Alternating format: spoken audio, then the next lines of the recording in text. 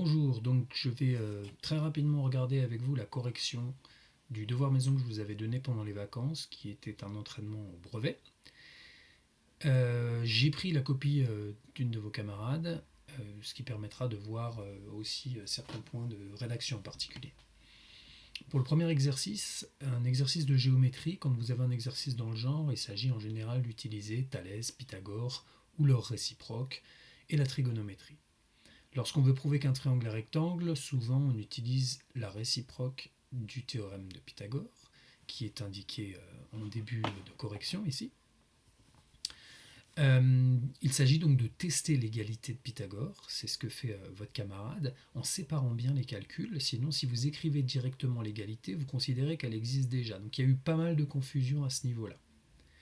La rédaction ici, vous pouvez vraiment vous baser sur cette rédaction, elle est très bien. Pour l'exercice 2, il s'agissait de calculer un angle. Donc là, on doit tout de suite avoir un tilt avec la trigonométrie. Une seule formule suffit. Il serait bien éventuellement d'écrire la formule ici avec les lettres. Donc une seule de ces trois formules suffisait à faire le calcul. Ensuite, attention, le sinus, c'est le rapport, ce n'est pas égal à l'angle. Donc là, vous devez séparer et ensuite écrire le calcul de l'angle. Vous n'êtes pas obligé d'écrire arc sinus, arc cosinus, etc.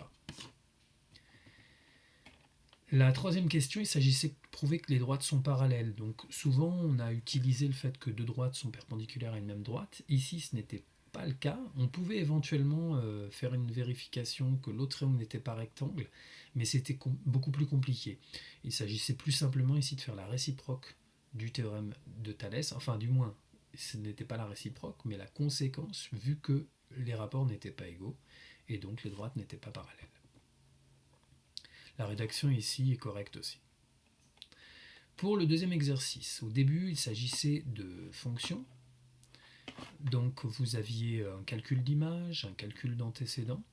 Et pour trouver l'expression de la fonction, il suffisait de regarder en fait sur le fichier, vous aviez le tableur où était indiqué 3 fois B1 moins 4. Donc B1 c'est la cellule où on met les valeurs de la variable. Et donc dans l'expression littérale, il s'agit de mettre X. Vous aviez le calcul d'image ensuite où vous trouviez 26. Si vous faisiez le calcul correctement, voici le calcul. Deuxième partie de la copie.